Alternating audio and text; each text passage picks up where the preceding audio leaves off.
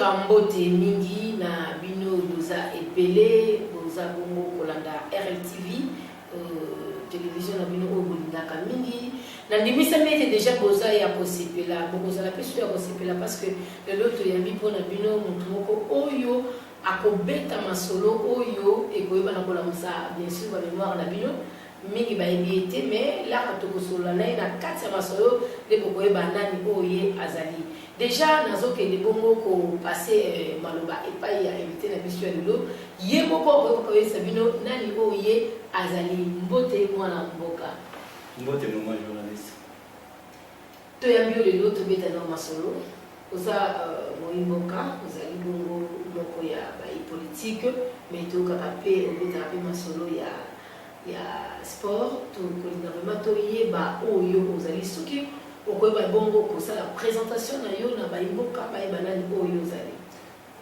ngai babengi nga na kombo ya Narcisse Bintuka Petula Omulumba kamanyi kupamalula kama na Bintuka Binyara. Je sais nazalaki président de l'association sportive Bantou 2 fois et puis candidat député na élection en 2011. Donc naza mutu ya Kasai Oriental particulièrement na ville ya Mujimai place na Botama. Donc présentation de alors le but de mettre dans ma solo na émission de monsieur Zali Bongo Politico Actu et ils ont levé beaucoup plus comment politique oyo et Zali à tango oyo dans politique actuelle politique que nous vivre na tango oyo les mieux la politique oyo nous vivre na tango oyo. En tout cas nako banda boloba que politique en général surtout chez Bisso na Kasai Oriental ezali mabe. Ezali mabe na ndenge nini na outil fraîchement na base na ngai na Mbujimai na kuti ndeko na biso gouverneur Ngoyi Kasanji oyo atie mutu moko na kombo ya Mwambi oyo azokanga bato azokutisa bato ba taxe et tout.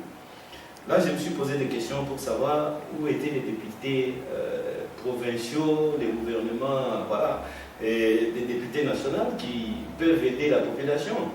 Parce que la recette, il y a l'État et qu'il y a une poche à monter.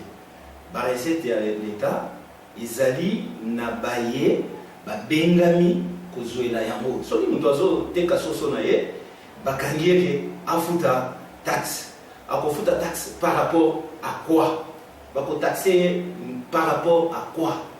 Donc toujours dire que oyo bazo kamba institution il y a Kasai Oriental pas pour côté les mélènes Kambona parce que toyambi quand même population bazo de là et puis crise des ans là c'est na Mujima il y a on est dans le bâtiment politique au gouverneur azo mené sur oyo et ça bien parce que na Mujima il m'a dit que là comme on a province à mon côté na Congo oyo ils ont la souffrance actuelle comme le Kasai Oriental.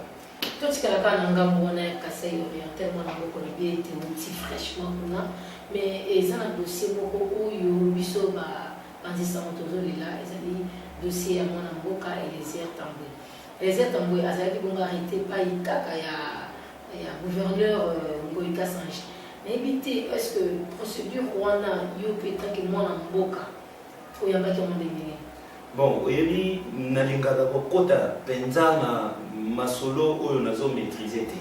C'est-à-dire que je ne peux pas commencer à faire des commentaires sur un sujet que je ne maîtrise pas.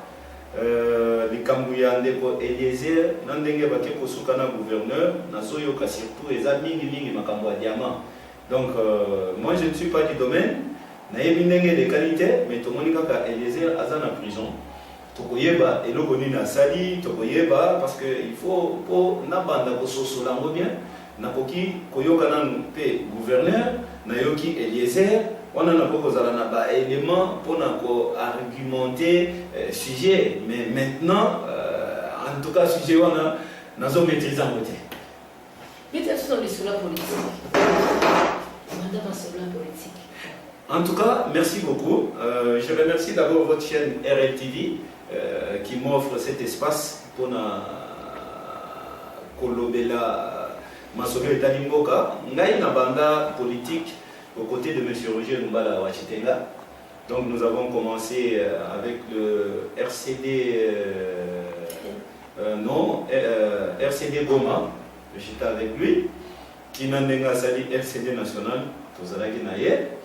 après ngai nakendaki nzela mususu, ye atikali nzela mususu a évolué. Donc natikali na toloba na ligne na ye, parce que nous apprendre la politique, bazami balete bisatute.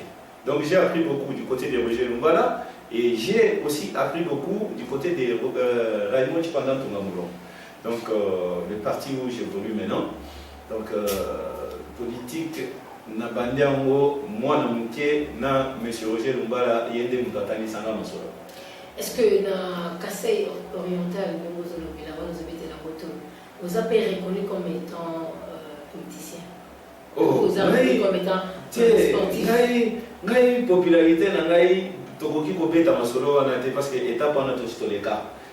Yoza journaliste d'investigation okoki kokita otuna batu parce que si moi je commence à faire ma publicité peut-être je vais exagérer. Mais yo soki okiti okei osali ba investigation na yo okomona que l'homme le plus populaire actuellement en Mbujima et au Kasai oriental, c'est Narcisse Bintou Amoulou.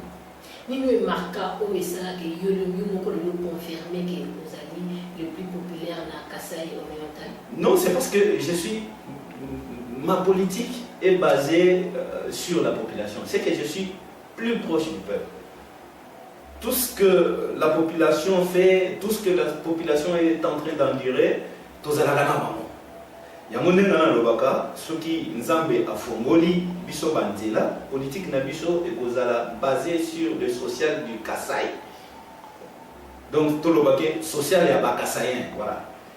Donc nazalaka proche na bango pe bazalaka proche na ngai. Et puis tango na zalaki kuna na ye kokamba pe équipe ya munene oyo ebengama na kombo ya association sportive Bantou. Parce que Batubele Baïbate que Mbujima ou Kasai oriental est commandé et comment c'est parce qu'il y a eu un match Nakala Nenge Papa va bêter la biso Nakananga il fallait qu'il y la province voilà Beti Aspanto a gagné des bazois Nini Baye Mochiamuna na Mbujima Yango équipe où ils ont populaire ils ont la Kasanaba ils ont Aspanto Bafanatique Aspanto ne Balembi pour équipe na Bango Ekiti. Donc, Batunion Sobazoya, Nantomoni Moutou Oyo Aye, à la musique présente équipe, à Matisango, à niveau Ezalakite, à part M. Narcisse Bintouta Makendaki. Balbi que M. Narcisse Bintouta est avec nous parce que tant où il ou assigné responsabilité, l'histoire de Asmantou est disparaître. Et ça, mon côté, Toloba. Masolo peut-être ya kola ti saba joueur ba costume ba survêtement ba sac na Congo mutu abanda ngo ezangai donc soki otuni ba koye bisayo bilili pe Holanda je pense que émission musu tokosala na koyana bilili omona bilili donc Narcisse Bintou abanda masolo ngo kala bato ebele bayebi yango nde nazo na émission na yo le Pesingatan n'a remercié pe mutu aidaki ngai mutu lokola Lambert Mendo Malanga. Je parle aussi de Général Ami Sidi Tangofort qui est un grand sportif. Je parle de mon ami le Dirkab Dieu merci Moutombo. Je parle de gens qui m'ont donné beaucoup de conseils comme le prof Lumano. Je vais voir aussi le chargé de la sécurité des chefs de l'État, Maître Mbouyou, que je félicite d'abord, parce que je ne l'ai pas encore fait, c'est mon devoir de le faire. C'est mon grand frère, donc félicitations grand frère. Donc, Pessangaï, Pensa va conseil qu'il faut brouiller, Sans oublier aussi Raymond Chipanda Tonobulo, qui est actuellement mon président moral.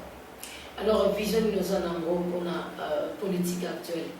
Vision Nazanamo, nazo sensibiliser Batu, nga na utu ko sensibiliser Batu pour la élection. Nazo yebisa Batu ke bala la te élection ezali.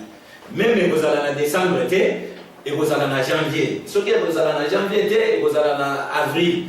nazo sensibiliser base na ngai nyonso na yebisa ki bango ke base à la près soki balobi butu ya lelo même ke ba avancer ngo biso to za la près ya munene nazo yebisa bato base na ngai bala na ngai nde naza lokola mutelemeli na bango donc oyo akozala na ngai akozala na ngai oyo akozala na ngai te akozala na ngai te bala na ngai bata la vision na ngai tokokende na bango liboso elongo wana ozokumisa pe mingi Kasai oriental pe bien na Kasai ko ba honore malamu esengeli bamemo na tipoi wana ozoluka po ke le jour okende kuna bamemo mpe na tipoi maman bato babanda nous sommes qu'à 2 au Kasai oriental bato bamemo na tipoi oyo voilà il y a Kalonji et puis Narcisse Bintou quand même na tipoi na mutu nyonso ayebi la ville de Mbujimayi de l'aéroport rond-point Kalalankata rond-point de l'Étoile ko baluka ko kende na Sims ko longo ko kende na rond-point Kashama ko mata ti et pas Mwanzali der donc masolo wana biso to beta ka mo lisusu te parce que to si to leka étape wana tozo lingake nzamba fongola banzela ba to siko ba mona ba idée oyo biso tozalaki na ngo na province na biso e ko kokende liboso parce que tozo mona na tali banzela ezate bato bazana nzala politique ya mabe oyo eza kuna donc tolobi trop c'est trop ya monde nazo benga ba nyonso ba kamika sa yo ya nkale ezala ba député ezala ba homme d'affaires ezala ba nani to sanga na elongo totala mboka na biso parce que ezokende mabe tozana yo kaka elongo de ko Narcisse tolingaki ovanda moki koto wana ozolobaki no voilà politique eza mabe makambo ezokende mabe na ngambo ya Kasai oriental mais tozomona ke mwana mboka boyika sanchide aza kuna wana olizobeta sele to ozolobaki ye azotambwisa Mbujimayi mabe to mpe Kasai oriental mabe mais si je dis sa politique est mauvaise c'est-à-dire que yende mutu aza likolo ya makambo soki peut-être na ye na ndako na yo na kuti ndako na yo salité c'est-à-dire que yo mukolo ndako za salité donc tokoloba te que non kingani na kingani non il n'est pas encore tard c'est le moment même il faut que a changer politique na ye vis-à-vis ya bakasayen parce que bakasayen mingi bazokima sokotali awa na Kinshasa wewa ebele baza bandeko na biso na ntango mponga na yebi ba ebele ntango nazomona bango baza bato bazaki mpe na mbongo ebele bazokima mpe politique ya ke balandaka bango soki agangi na stade bake kokanga ye soki asali boye non moi je dirais au gouverneur que amekana nous revoir ba cartouche na ye a changer politique na ye pour que Kasai na biso kende pe biso itoza bongo na année électorale na mboka tozokoba na yo parce que kana mingi te tokoyeba na koshite toza na année bongo électorale président ya CENI mwana mboka nanga ayelaki biso bongo ba machine à voter oyo ayiboko bayebaki na koboya yo yabaki sango wana machine nazomona ki avec machine élection ezala malamu to mpe ekozala mabe oyebi na politique eza na makambo ebele donc mwana mboka nanga ya CENI ayena ba machine na ye mais eza na bato oyo bazolobaki machine ezali mabe ba mususu bazolobaki eza bien particulièrement ngai nanu namona machine na mote nanu na exploitant mote ngai eloko nazolobaki élection soki eza ya solo ngai Narcisse moto akobatra ngai te na Kasai na Mbujimayi donc naza sûr ezala ya machine ezala ya ba papier nana zoloba na bato tokende na élection tokotala na bolonga tokende na élection tokotala na bolonga parce que ça c'est aux ngambo ya majorité a faveur ezebeli mwana mboka non c'est pas ça nana mona mutu te na majorité ya zuité basa ebele o bazalaki na majorité basuité au moins même na majorité déjà na calendrier na déjà bien non au moins même na majorité il faut d'abord être populaire popularité de eloko bato balukaka na politique. La politique aussi c'est fait comment? La politique il faut savoir prendre les risques et puis avoir du courage. Oyo to mona par exemple pas mona mboka Roger Lumbala asoka ba risque et puis asalaka courage parce que c'est le seul oyo na mona na tango tozaki na rébellion oyo asala rébellion na mboka ya bato ezateke asali na Mbujimayi na Kasai oriental tosalaki Mbusa Nyamwisi azalaki hapa na bango Jean-Pierre Mbemba azalaki na Équateur ba John Tibasima bazalaki na Bunya N'importe quel homme va te béder ou tout ça qui n'a pas mon kuna. Mais hier, na biso, na ngai, tout ça qui rébellion, na moka batu. Donc, tant que vous avez la psychopolitique, on a moni que batu bandingi, bandimi bino, bapesi bino espace, c'est le réel politique. Il y a un moment dans le bac que, bon, c'est pour la toute première fois, n'a pas essayé de merci, n'a pas tandi ça qui n'a eu, et l'eau boya mouké, oh, on a comment na go de l'eau, n'a comment on dit ça, moi, si on a dégué na ngai, n'a remercié, n'a pas eu ça, ça là qui qu'on a ngai, encadrement, n'a pas cambolé, à quel niveau bisope, token de niveau, mais moutou na moutou, ayebi, place ni na bosuke. Surtout comprendre malamu izali bongo mwana mboka Roger Lubala Limitatia kono Congo ayebi na masomo ya politique. Oui, effectivement, Togo nié à moté, histoire on ne la change jamais, histoire érotique à la carte, histoire nana banda politique moi na muké aux côtés de Roger Lubala na prendre et belé na à ses côtés. Et puis, na vandi mingi na bamboka mpaya na tambola mingi na ye tozaki na Kampala, Équateur, Bunya, bafasende, bafaboli, nyanya, bamboka eza ebele oyo biso totambola. Ozomona ke place tout obandaki okende, baporte ebandaki ofongwama, mpe bato bazo yoka bino, bazo fongolela bino mitema. Pourquoi? Parce que on avait quand même eloko moko boye oyo ezalaki kati na biso oyo tozoloba mpe na population andimi. Parce que les gens n'ont pas été au Québec, au salut discours, au salut Makamutu, population a zone d'Imayoté. Mais ce qui population a zone d'Imayoté, c'est que les gens qui grâce à Nzambe, et puis le savoir-faire. Pour un beau cas, Narcisse Touzanayo, au cours de la vision de la déclaration, il y a 500, où il y a des présidents, Joseph Olenga a réclamé que mwana mboka Bruno Tshibala oyo tositoyebi ete ye nde aza wana na ebonga selon baaccord ya Saint-Sylvestre, mais ye alobi ete esengeli bongo adémissionné parce que toza na kati ya politique oza mpe moi politique omoni soki monsieur Olenga Nkoy azoloba ke mwana mboka Bruno Tshibala adémissionné, c'est que ye mpe abungi peut-être ayebi mpe place auti te. Parce que Baouti de la Morona Tshibala.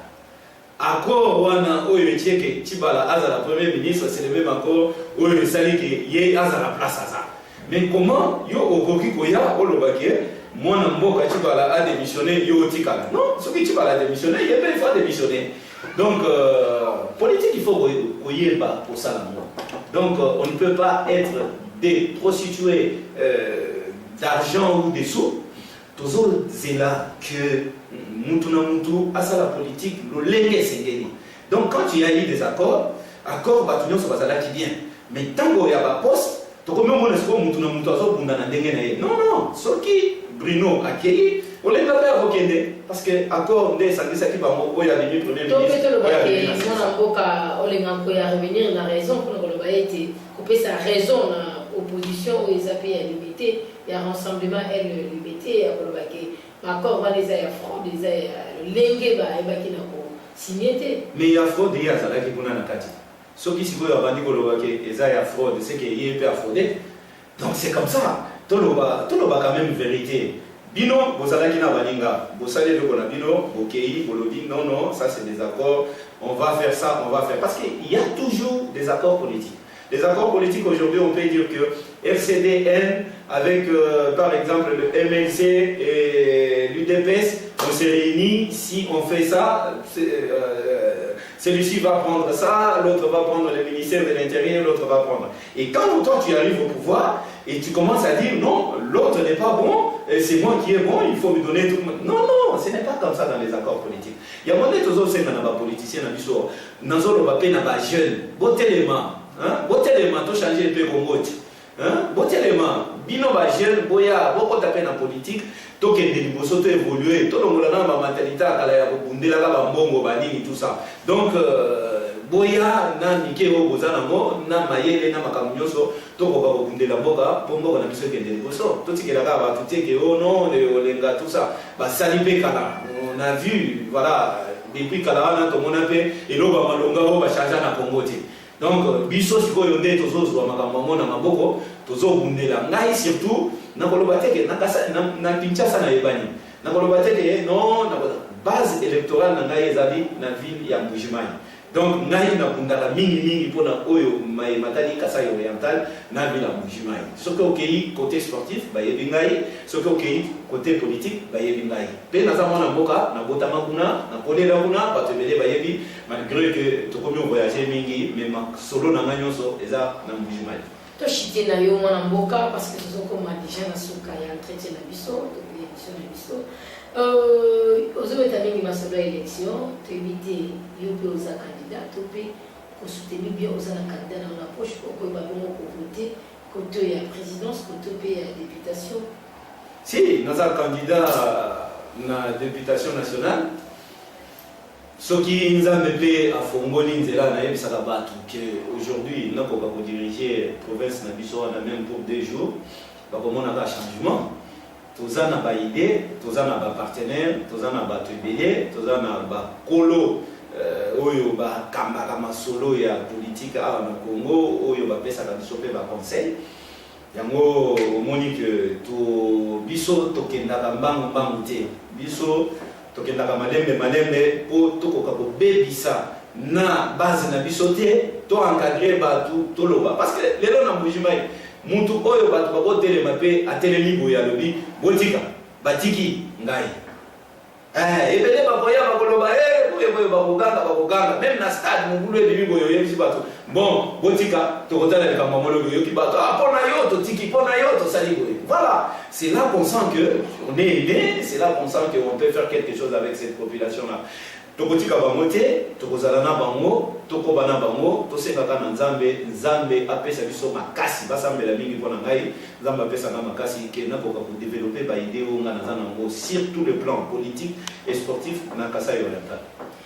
Mwana mboka atosukisana na motuna oyo, soki lelo population oyo epesi confiance et voter au mozoloba wana. Nous nous promettre parce que vous avez un message message ni oyo kotala kwa caméra na biso olba ke pona bayimbo parce que c'est la confiance wala na kosala boye na kosala. Ya monde omoni awa na yebisio ke biso to boya ba politique akala. Ya ko banda kola ka batu biloko avant que ozo msala. Okomi o na kosomba biso na kosala boye na kosala te. Ba mais quand même ngai soki nazu pouvoir lelo na Kasai oriental dans 2 jours na yebi ke na kosala lelo moko oyo kotika la peine na mémoire bato balobi ke moto oyo asalaki 2 jours atieli biso soit courant ou toza na eloko moko boye ekozala penza référence parce que na ndenge nga nazo sala mosala na ngai na kolinga teke kaka soki l'état apesi ngai non na kosala na mike oyo ngai na kozala nango na oyo nga na kozwa na ba partenaire na ngai na ko kosala eloko moko boye totika makambo ko saka population ya mando zo mona bato ebele lelo baza bakendaka na ba base na bango te. Pourquoi azui pouvoir alakaki bato ba immeuble ba bus ba nini ba école ba nini sikoyo azokoka kosala ngo te lelo azokoka lisusu kokoma ta na base te omona lelo a changer lelo aza na Lukunga lobi aza na Kasavubu lobi aza soki wapi. Mais c'est parce que c'est une faiblesse ya population congolaise. Non, il faut que zoba bango eloko moko. Maman nazo informer que population on essaie la mukeza lisusu population ya ndenge ezalaki kala te crise na musaka bato te. Hein, bato sikoyo batimbi ndenge bakino balobaka ke no to timbi sikoyo. Donc bazomona bato oyo bakosalela bango makambo. Donc tokozwa ba exemple eza ebele nani total exemple net ya Ndeko Basile. Hein, Ndeko Basile bato tout na Kinshasa ba votaye aprometaka bato ba biloko ebele aujourd'hui aza vice ministre il y a intérieur. Bon, est-ce que akoki pour réaliser même likambo moko te oyo alakaki bato aboko sala mo parce que azala makoki mais qu'est-ce qui manque c'est la volonté peut-être politique bato bazoloba kaka ya siko politique wana nde biso tozoboya ya kolakaka bato biloko après bato wana bakomi koloba ke non il fallait hier ayebisaki biso boye alobaki boye ozosala eloko moko te. Donc tozosenga na baye Kasai surtout moi parce que je m'adresse surtout au Kasai bolanda ngai nazoyebisa bino mbala oyo année 2011 bosalaki erreur ya kovote bato mosusu mais oyo bolanda ngai bovote ngai bokomisa ngai ti na gouvernorat et la province, beaucoup de gens qui ont fait des choses, beaucoup de gens qui ont fait des choses, nous considérons les gens de Bassou comme ils ont monté au gaz en Chikou, pour te dire que les autres comptaient déjà dans la poste, on a envoyé un gouverneur, au cours du gouverneur, il y a Kassai oriental. Tous ceux qui sont dans mon avocat, tous ces pays qui vraiment honneur pour Nabiso et à répondre à mon invitation à Nabiso. Baimboka et comme bon nasuka ya émission Nabino oyo na indimisa miete ko sepeli na entretien oyo masoto betina mwana mboka pour comprendre qu'azali vraiment mwana mboka za vrai congolais pour lelo to komi ko banga mingi ba komi ba nationalité douteuse to bitena na za congolais te mais le belina mwana mboka pour comprendre que non voilà azali congolais soki mitune ezali numéro na biso eza affiché wana au bas de l'écran pour benga biso ce qui bituna oyo kesenga ki azonga lisusu pona koya koyanola aza wana disponible à moins que apepa na ye parce que aza moto oyo avoyagaka mingi mais ayaka kaka na mboka ne parce que ebi ke ezali mboka na ye tokoyamba ye nsima na nsima pour que ayeba na koyanola bongo na mituna na bino tosepeli mingi bozalaki ebele kolanda émission na bino tokomi vraiment na suka ya émission na biso topesi bino matondi ebele boko banda kolanda émission oyo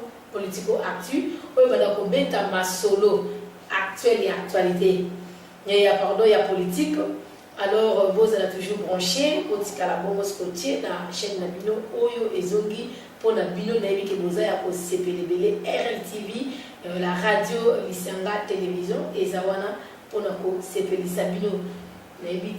Na kosukisa na ko remercier batu oyo bankadra kangai ezala na conseil ezala ba oyo bazala ka pembeni nanga na pesi nanu merci na évangéliste Kabundi Walesa que je salue oyo aza pasteur nangai na pesi merci na Roger Mbala oyo atangisa ngai politique. Na pesi merci na Raymond Chipanga Ntunga Mulongo oyo azali président na ngai. Na pesi merci na maître Mbuyu oyo azali conseiller ya chef de l'État en matière de sécurité. Na pesi merci mingi na mbote mingi na mwana mboka Adolphe Lumanu. Na pesi merci mingi na ndeko Shadari oyo ya PPRD. Na PCP, merci mingi na camarade nangai, moninga nangai, ndeko nangai, Dieu merci Mutombo. Et puis sans oublier Lambert Mende Omalanga, général Amis Tangofort, na PCO et le colonel Tshisekedi. Merci beaucoup. Ok, merci Bongo, Togogo Sanate, Oyongana Bengaka. Le double brassard, l'homme à la tête bien faite, la bouche qui parle vrai. Mon conseil idéologie, Roger Numbala, Wachitenga. Merci parce que Aza toujours initiateur. Hier, Aïma toujours ma solo. Est-ce que les années seraient les là? Alors, Toto Dibino Belé, la PSP, merci à Anthony, puis merci à Trésor. Boti Kalamala, Mouto, Utani Bala, Yassima.